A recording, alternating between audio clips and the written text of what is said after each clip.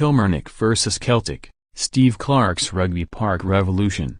Kilmarnock boss Steve Clarke and captain Kris Boyd targeted a top 6 finish when the Scottish Premiership season began, but a Rugby Park revolution has led the club to dream of higher returns.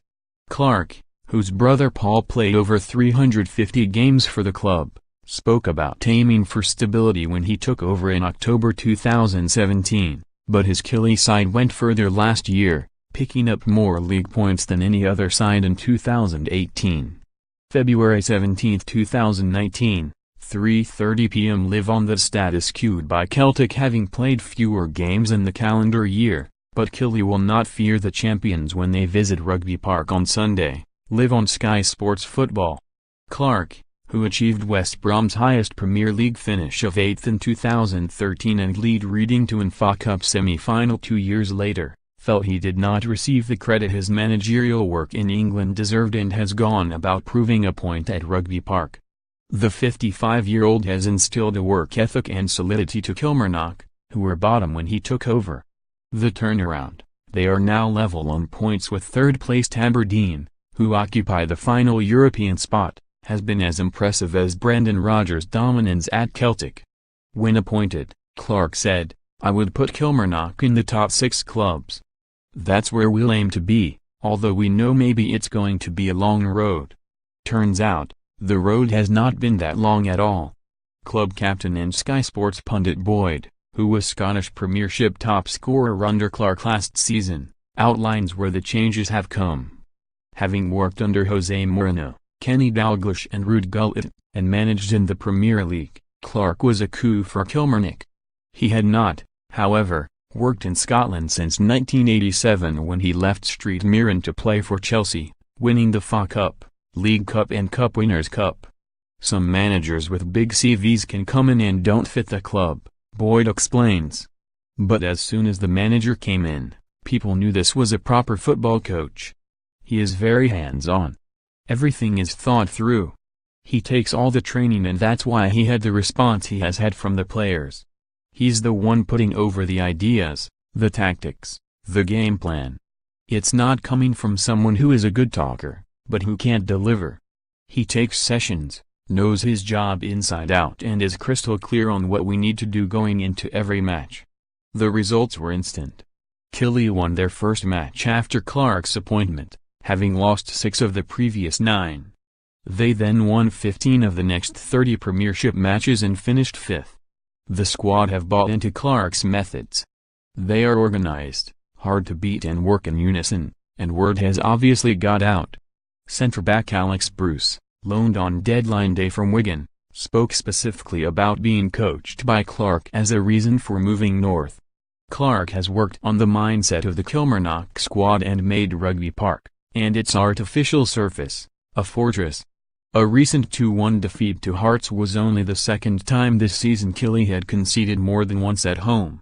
Kris Boyd on Steve Clarke's effect on Kilmarnock. The team defends from the front, with a hard-working midfield of Gary Dicker and Alan Power, added to recently by the returning Yusuf Mulumbu, and sprinkled with attacking youth, such as Eamon Brophy and Rangers-bound Jordan Jones.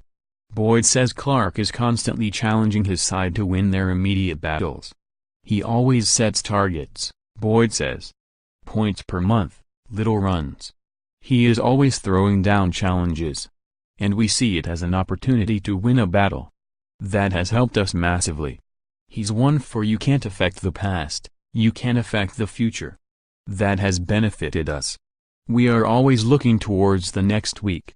Looking to the future has been essential for Clarke with a budget that means he must use loans to bolster his side, in stark contrast to others near the top of the Premiership. Before the recent 2-1 victory over Rangers, Clarke said of his opponent's new star striker, "If the £35,000 per week that has been bandied about for Jermaine Defoe is right, then to put that into context, that's my budget for my entire squad for a week." Not only is the highly rated forward Jones leaving for Ibrox in the summer, but Greg Stewart returned to parent club Birmingham over the festive break only to rejoin Aberdeen. So how helpful is the loan market?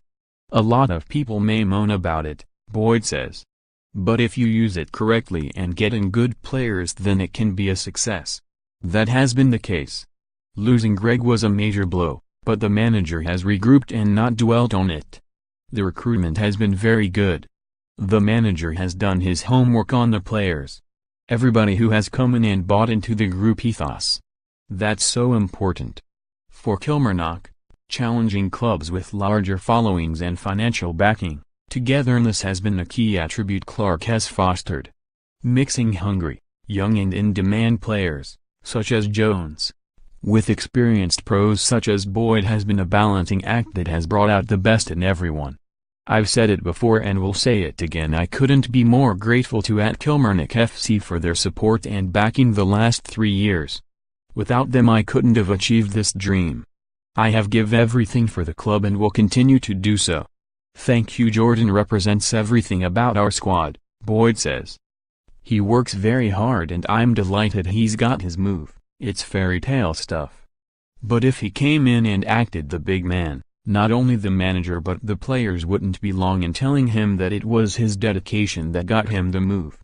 As for me, this is the first time I have not played most weeks. It has been the most testing time of my career. Not playing annoys me every day, but the day you lose, that is the day to finish. That's why the squad has the success it has. Everybody is on edge. If you don't perform when given the chance, you are going to find yourself out of the team. Clarke has changed perceptions of and expectations at Kilmarnock. When appointed, he said of the club, "It's up to us to put a smile back on everybody's face and try to get them back in supporting this great club." He came in offering stability and a promise to return pride to the Ayrshire club, but supporters can now expect more than a top 6 finish. Boyd says the players know the pressure has increased, but rather than be cowed by it, they have embraced it. It's plain and simple, fans will come back if you win games. We're seeing that now, Boyd says. The manager has collectively got the club and town back together. Everyone is fighting as one. There is no hiding place for players anymore. There are now 1,502,000 Killie fans on the road. That comes from getting results, but the whole town has been galvanized by the team. When the fans turn up, pay their money, and sing all game, the players feel they have a responsibility to go and get results to repay them. It's going to be difficult to topple Celtic, but there isn't much between us and the rest. So if we keep our performances up, European football could be back at Rugby Park. Predict 6 correct scores for your chance to win £250,000. The ground will be packed on Sunday, but rather than turning up to watch the champions, the locals will be coming to see the champions challenged. Watch Kilmarnock vs Celtic live on Sky Sports Football on Sunday from 3:30 p.m.